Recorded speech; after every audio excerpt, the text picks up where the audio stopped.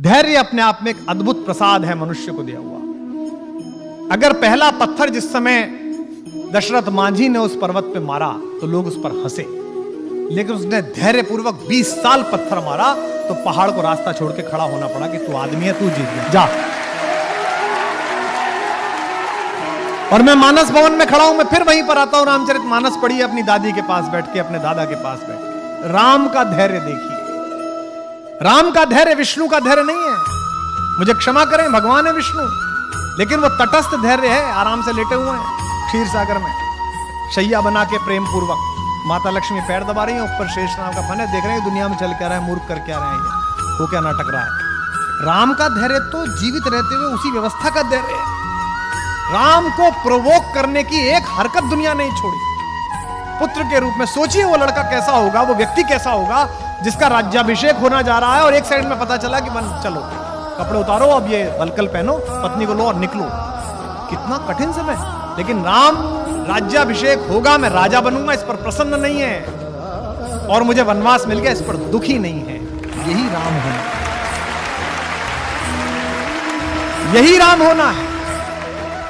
लोग समझते हैं जंगल में पोस्टिंग, लोग समझते हैं कोने में पोस्टिंग, लोग समझते हैं वहां काम करना है तो कैसे काम होगा, मेरे लिए तो पनिशमेंट हो गया। यही अवसर है जो आपको ईश्वर दे रहा है। दशरथ के पुत्र राम जब तक अयोध्या में रहे युवराज राम कहलाए, श्री राम कहलाए, और जब जंगल जाकर लौटे तो मर्यादा पुरुषोत्तम भगवान राम कहलाए। इस पूरी यात्रा ने उन्हें भगवान बनाया, इस धैर्य ने उन्हें भगवान बनाया, और अद्भुत धैर्य है उनके पास। उनका अपमान करके कोई चला जाता है, वो धैर्य के साथ मुस्कुराते रहते हैं। उनकी पत्नी का हरण हो जाता है, उसके बाद भी वो धैर्यपूर्वक पूरी व्यवस्था करते हैं। और एक बात सोचना आप सब लोग, राम, मैं अक्सर इस बात पर बहुत अंदर तक छिल लेता हूं। राम अयोध्या से चले, उस समय का सबसे बड़ा खानदान था वो। हिंदुस्तान में जो कुछ भी बड़ा था उन्हीं क्या पैदा हुआ। इक्ष्वाकु, अज, रघु, दिलीप, पुरुरवा, ययाति, नहुष, दशरथ, सब बड़े आदमी उन्हीं क्या। भारत का नाम जिस पर रखा गया वे भी उन्हीं क्या पैदा हुए, भरत, सब उन्हीं क्या पैदा हुए। लेकिन उसके बाद भी जब राम एक वलकल पहनकर चले तो रास्ते भर में राजाओं को भी तो पता चला होगा कि भाई दशरथ का लड़का जा रहा है, वो भी तो मिलने आना चाहते होंगे। राम उनसे सहायता भी ले सकते थे। जिस पंचवटी में मां सीता का हरण हुआ है वो तो उनकी नंदसाल के बिल्कुल बगल में, कौशल प्रदेश में, रायपुर में, वो बिल्कुल बगल में थे। वो अपने नाना से कह सकते थे, अपने मामा से कह सकते थे कि साहब आप जरा मेरी सहायता करो, मेरी पत्नी का अपहरण हो गया, सेना दे दो, जरा मैं चलूंगा। उन्होंने ऐसा नहीं किया। उन्होंने एक भी राजा को अपने साथ नहीं लिया। उन्होंने रास्ते भर आप जैसे और हम जैसे लोगों को साथ लिया। किनको? सामान्य वंचितों को, दलितों को।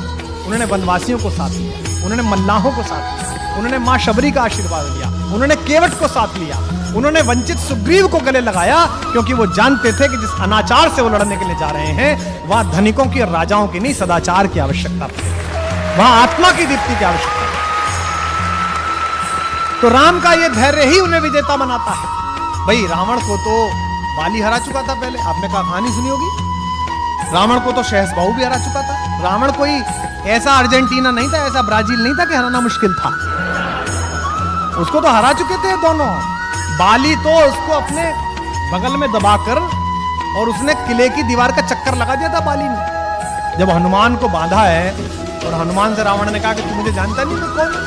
तो हनुमान ने क्या कहा? हाँ जानता हूं, वो बाली वाला, मैंने सुना था आपकी लड़ाई बहुत है, परिचय मेरा आपसे।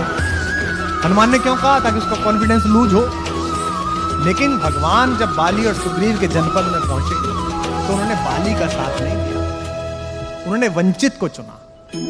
वो उसके साथ खड़े रहे जिसका अधिकार छीना गया, जिसका राज्य छीना गया, जिसकी पत्नी तारा का बलात् अपहरण किया गया, और उन्होंने बाली का वध किया। जबकि बाली भी उनका प्रशंसक था, उनका भक्त था। मरते समय बाण लगने के बाद प्रणाम की मुद्रा में बाली ने पूछा है भगवान से, मैं बैरी सुग्रीव प्यारा, अवगुण कवन नाथ मुहि मारा।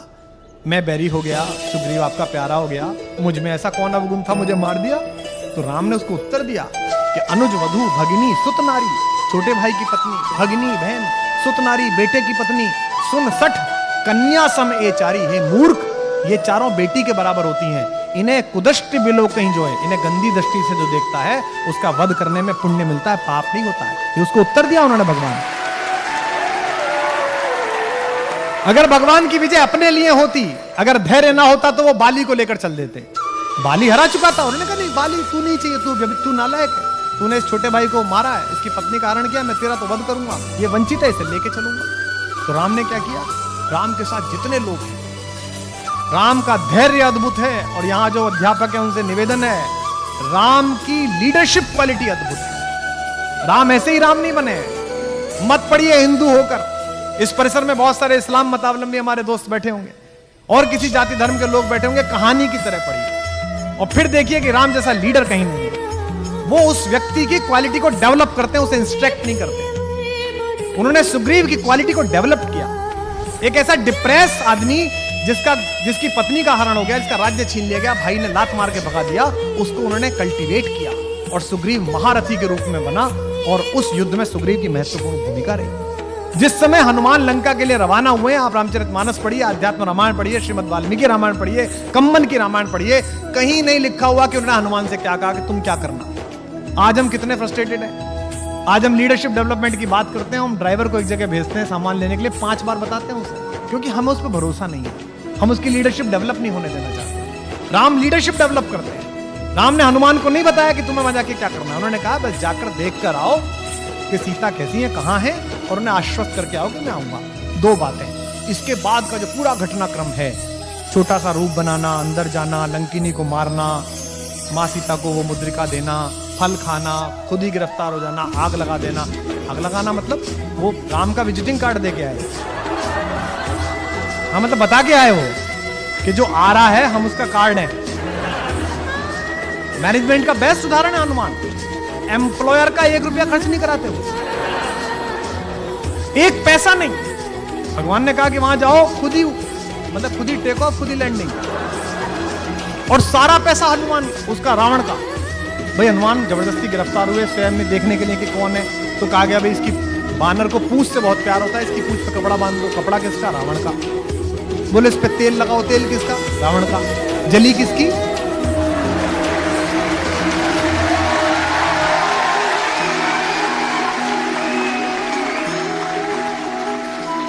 बेस्ट एम्प्लॉय, सर्वश्रेष्ठ व्यक्ति, कोई ना नुकर नहीं। भगवान राम के जीवन में जो 2 कठिन समय आए, उन दोनों में उन्होंने पार लगाई। उनसे कहा गया कि भाई मेरा भाई ये बीमार है, सोचो राम पर कैसी बीती होगी। भगवान राम के जीवन का सबसे कठिन रात वो है जब उनके भाई को मूर्छा आई। उस रात राम कितने भी ईश्वर हो, मनुष्य रूप में जी रहे थे, मन में ये तो आई होगी यार अयोध्या जाके क्या कहूंगा, पत्नी कहां अपहरण हो गया, भाई कहां युद्ध में मारा गया। ऐसे समय में हनुमान काम आए और हनुमान गए, वहां कंफ्यूजन हो गया कि कौन सी संजीवनी बूटी, मेडिकल स्टोरी लिया है पूरा। बोले भाई इसमें से देख लो कौन सी है। तो 2 बातें हुई, पहली हुई जिज्ञासा, दूसरी हुई धैर्य, तीसरी हुई आपको क्राफ्ट करने वाले लोगों में कि आप लीडरशिप डेवलप करें, आपके अंदर नेतृत्व की क्षमता डेवलप करें। और नेतृत्व की क्षमता का शिक्षा से कोई मतलब नहीं है। मैंने निजी रूप से जाना है, मैंने एक बहुत कम शिक्षित 5वीं पास व्यक्ति के साथ आंदोलन किया है उनके नेतृत्व में, और मैंने तथाकथित एक बहुत बड़े पढ़े लिखे के साथ राजनीति करी।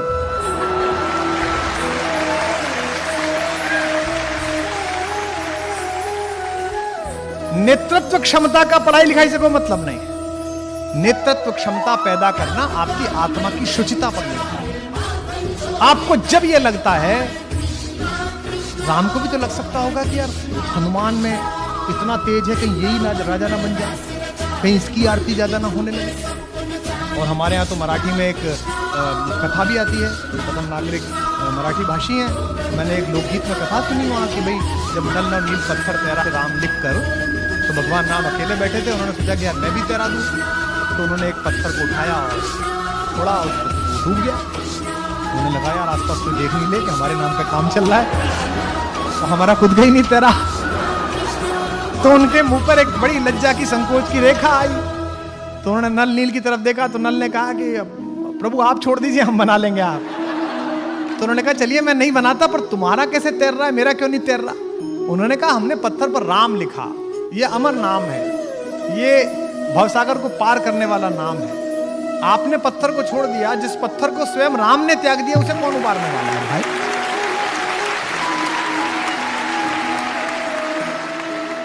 तो लीडरशिप इस बात से निर्भर होती है कि आप इस बात में कितना विश्वास करते हैं कि ईश्वर द्वारा तय किया गया मेरा भाग्य किसी मनुष्य के निपटाने से, खत्म करने से, बढ़ाने से न बढ़ेगा न घटेगा।